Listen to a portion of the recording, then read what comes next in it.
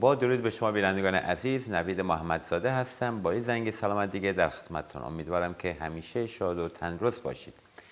امروز در این برنامه برای شما عزیزان در رابطه با یک آسیبی به اسم آیتی بند صحبت میکنم.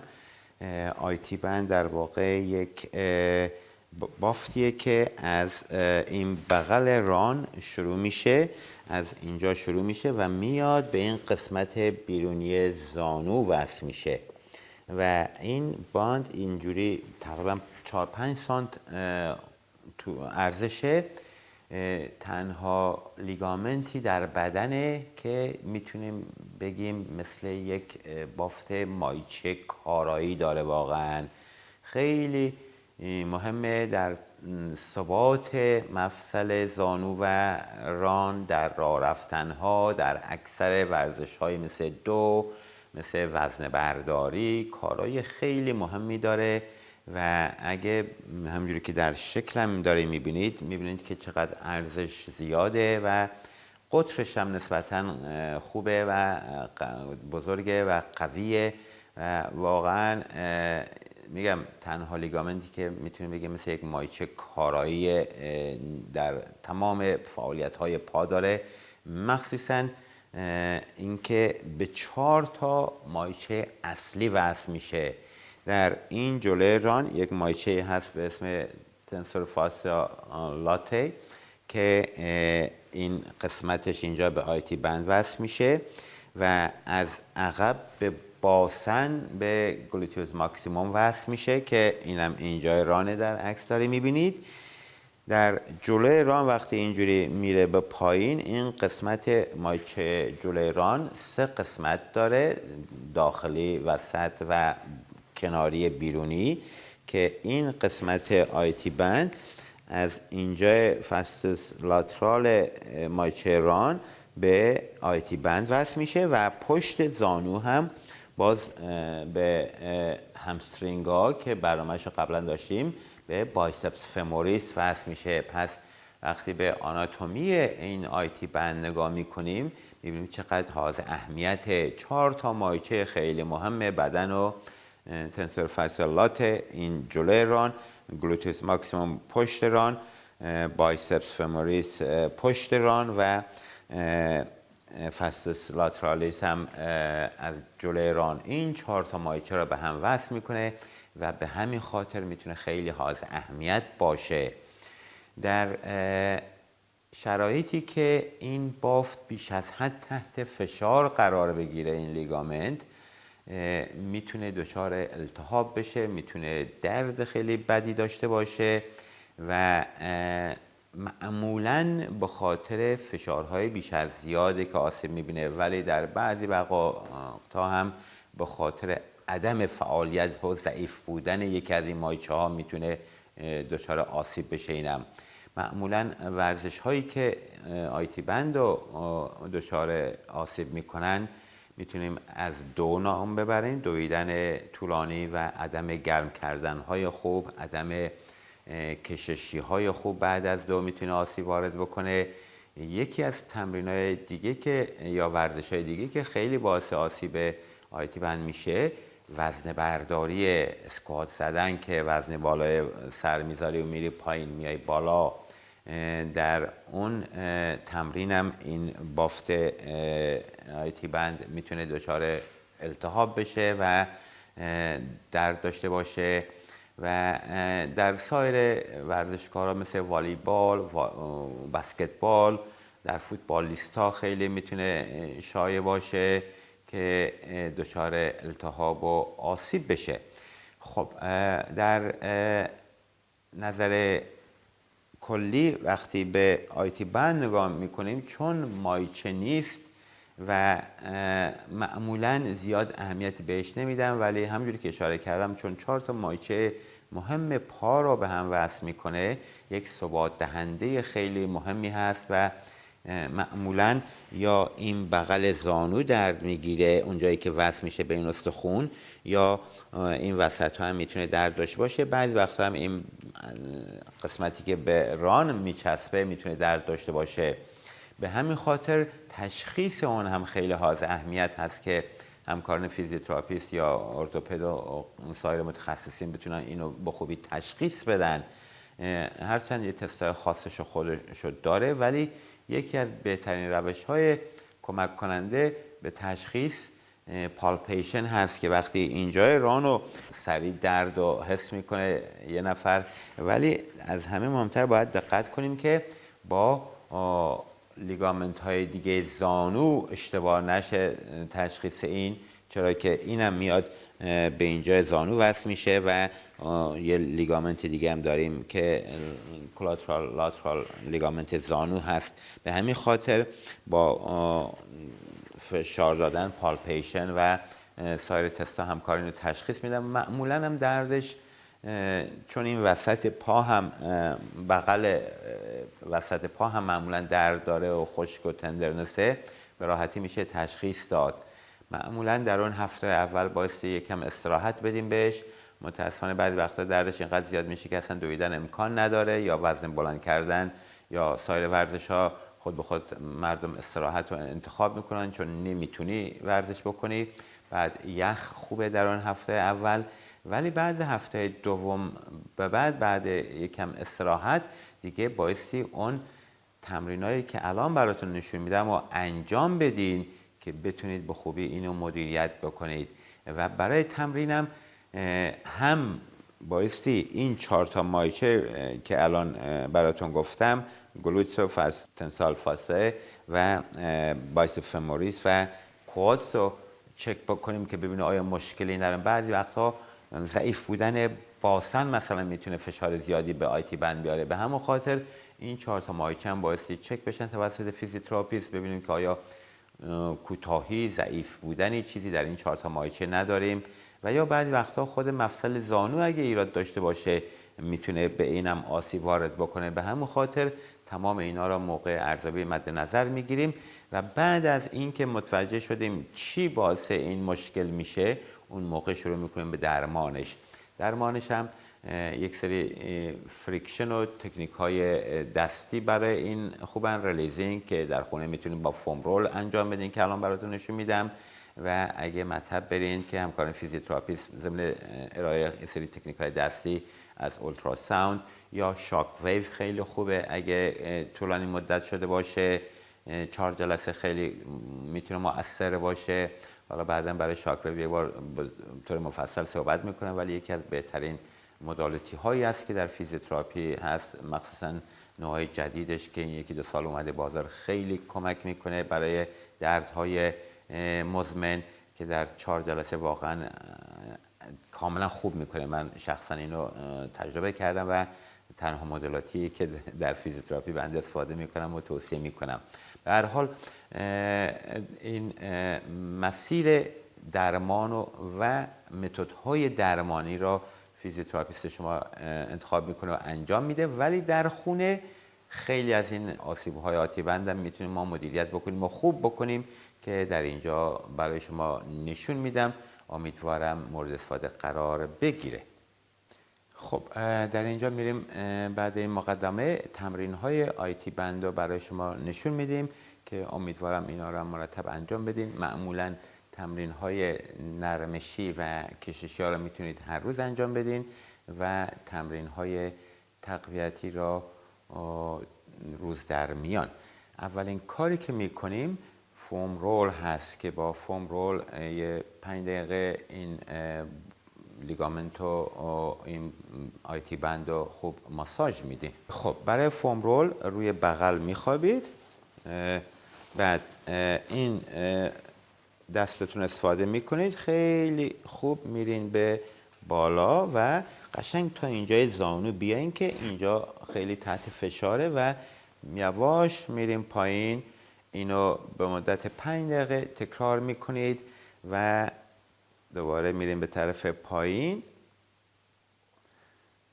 حتی میتونید این پارم اینجا بذارید، آفرین، که تکیگاه خوبی باشه و اینو انجام بدین که کمک زیادی میکنه.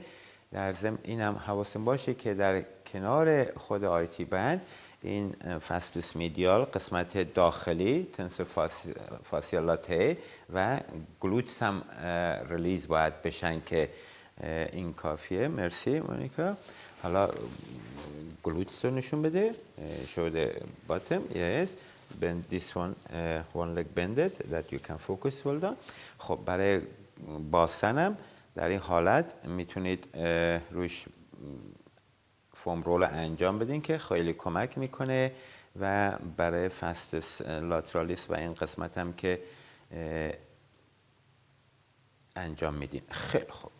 بعد اینکه 5 دقیقه ماساژ دادین هفته یکی دو دفعه در اون 2-3 هفته اول کافیه و در طی ورزش ها و فعالیت های روزمره تون هم میتونید هفته یک دفعه 2 دفعه این فوم رول استفاده بکنید که خیلی خوبه.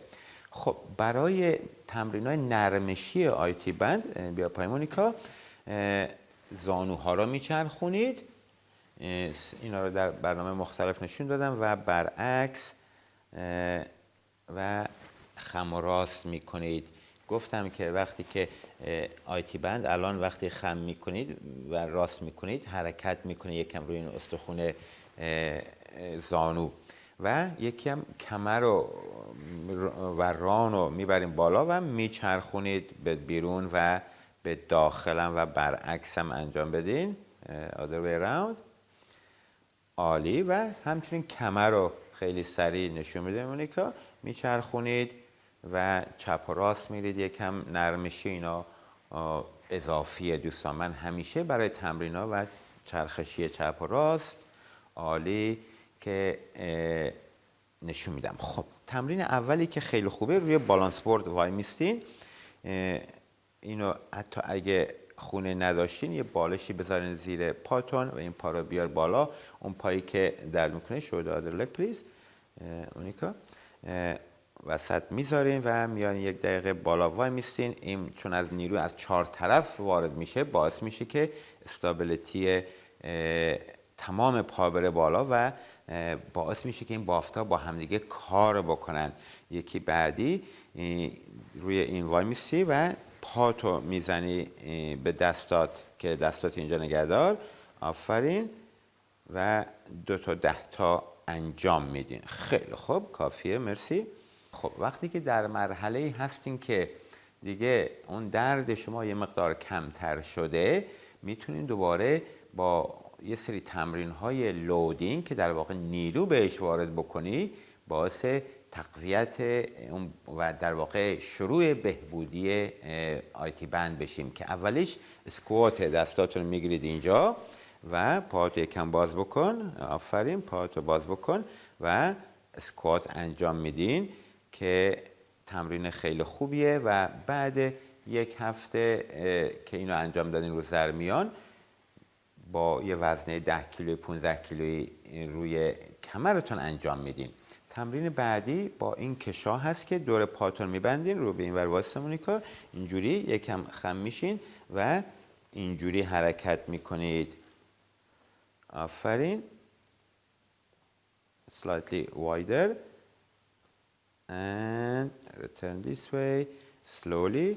یکم یواش میرین. هرچی یواشتر برین بهتره که باعث تقویت آیتی بند میشه.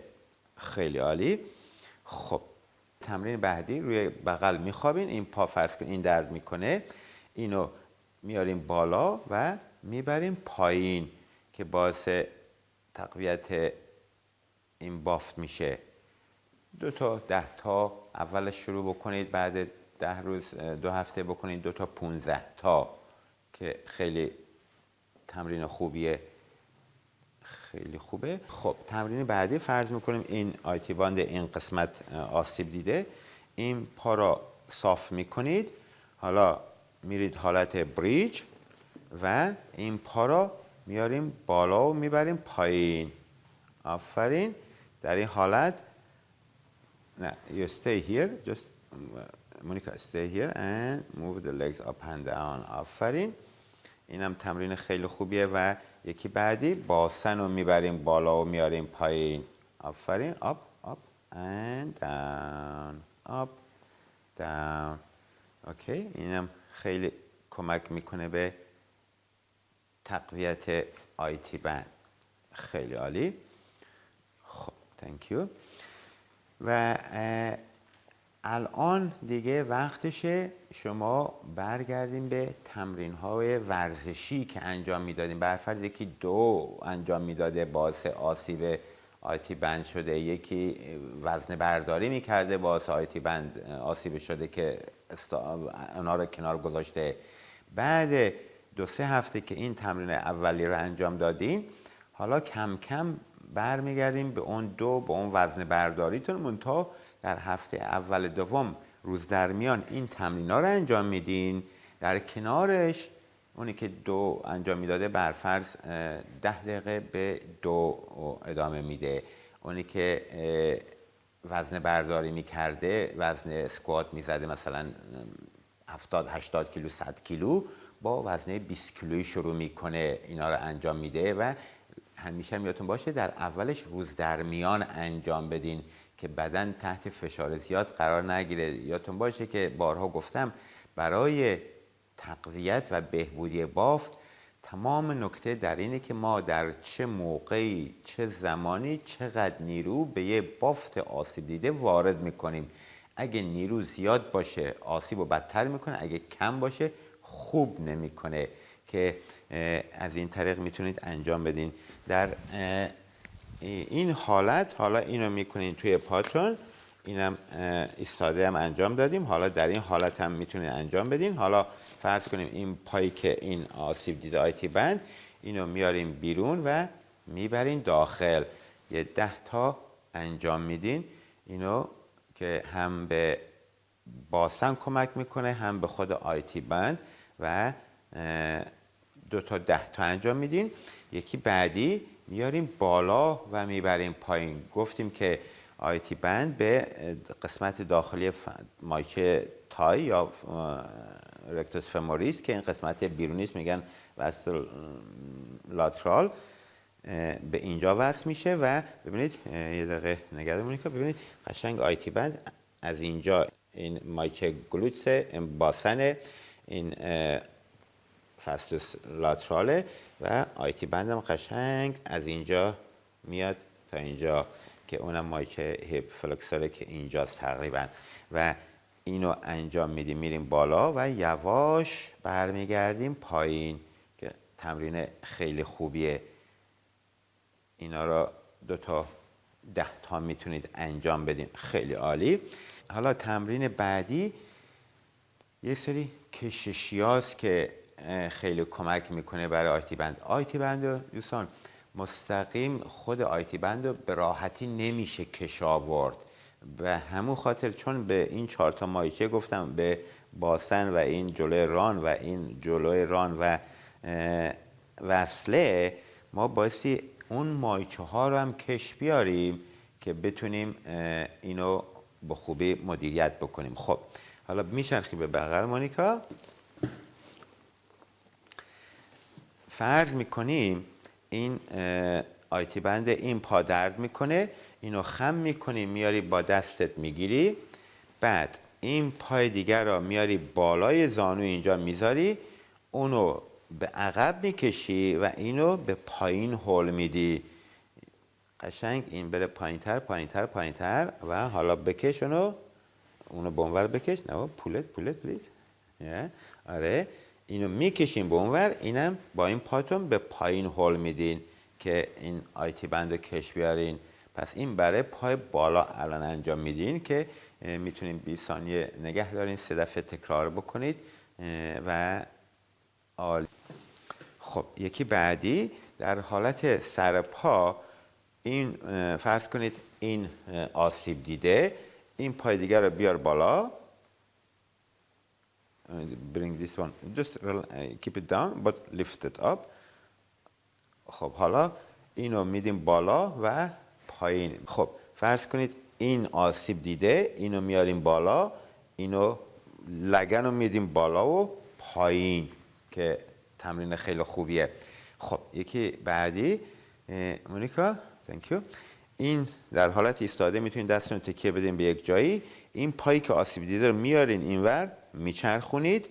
بعد حالا دست تو ببر بالا، برو برو برو برو برو برو برو، آفرین. حتی اگه بالانستون اینم از اینجا میچرخونید، آفرین، که اینجا یکم این کش میاد. یا میتونید بغل دیوار اینو انجام بدین، این شونتون به دیوار تکه میدین، پس پایی که درد میکنه میبرین داخل، میپیچونید، بعد دست رو میبرین بالا که خیلی خوبه. اون کافیه، مرسی.